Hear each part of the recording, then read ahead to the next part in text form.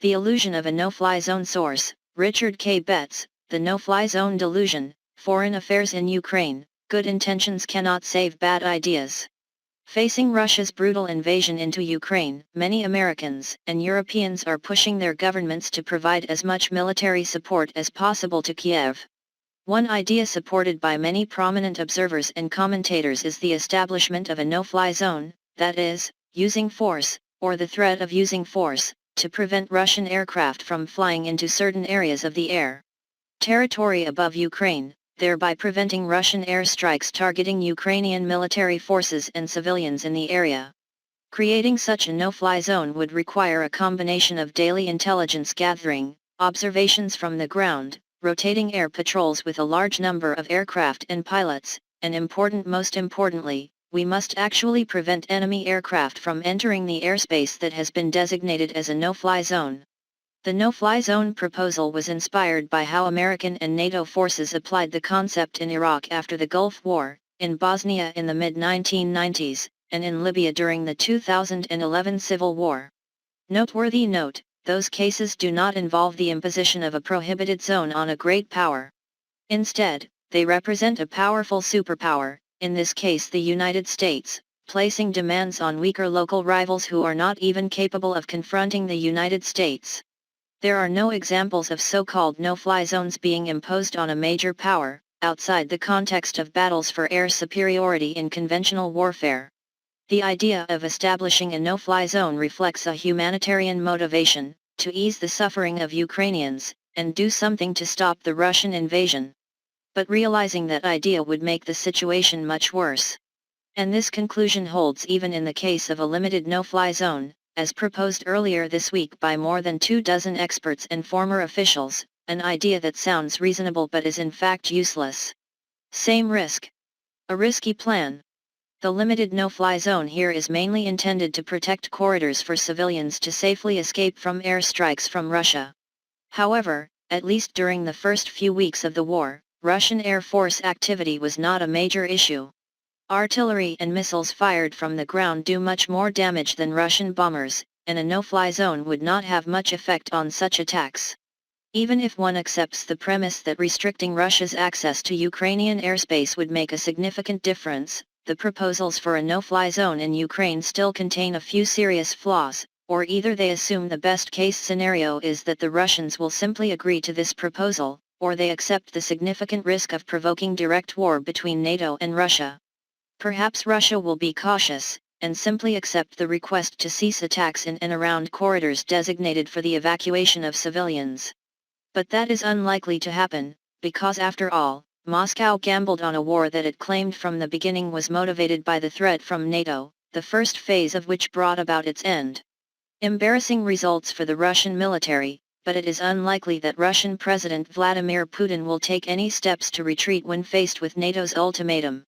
If the Russians do not recognize the no-fly zone, NATO will have to decide whether to enforce it, which means whether it is willing to shoot down Russian planes, and willing to be the one to fire the first shots.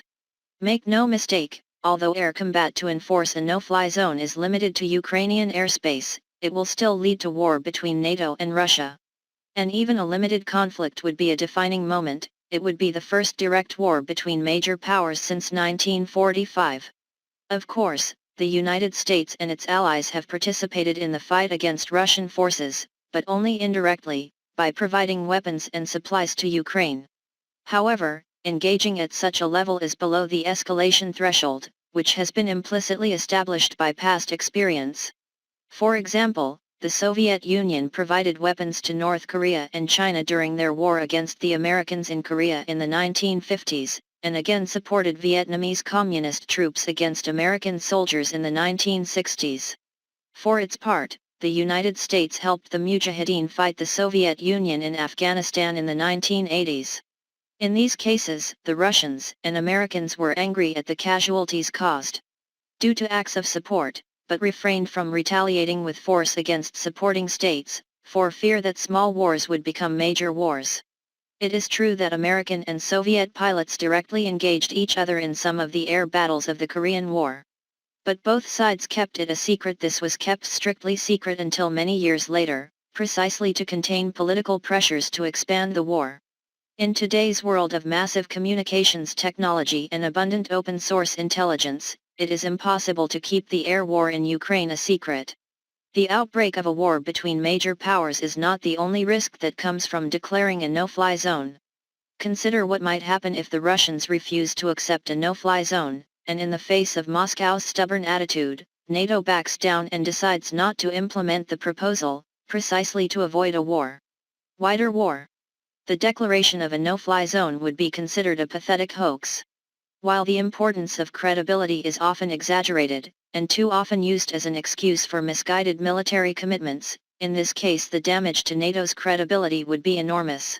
Such a move would not only expose claims of helping Ukraine as mere talk, but would also highlight and increase doubts about whether the alliance is delivering on its basic promise of collective defense.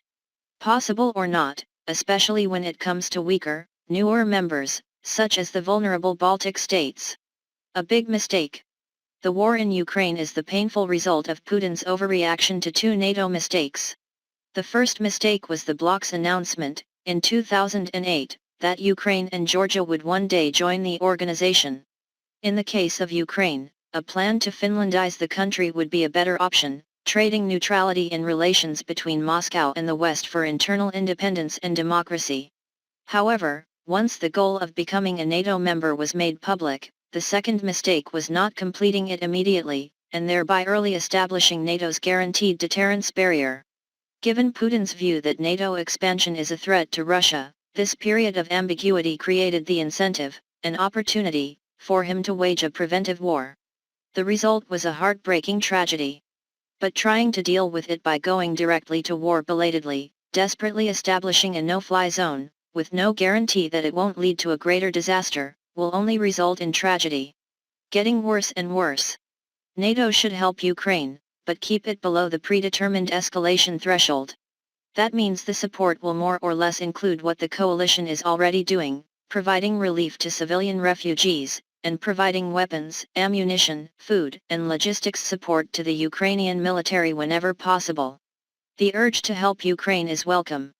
But the only thing worse than watching the country fail is promising direct military intervention, and then doing nothing, or worse, increasing the risks and making the obvious worse. Is a new Cold War into a hot war, one that is likely to create greater destruction and casualties around the world, on a scale that makes the current damage in Ukraine seem insignificant. Tell. Richard K. Betts is Professor of War and Peace Studies at Columbia University, Senior Fellow at the Council on Foreign Relations, and author of American Force, Dangers, Delusions, and Dilemmas in National Security.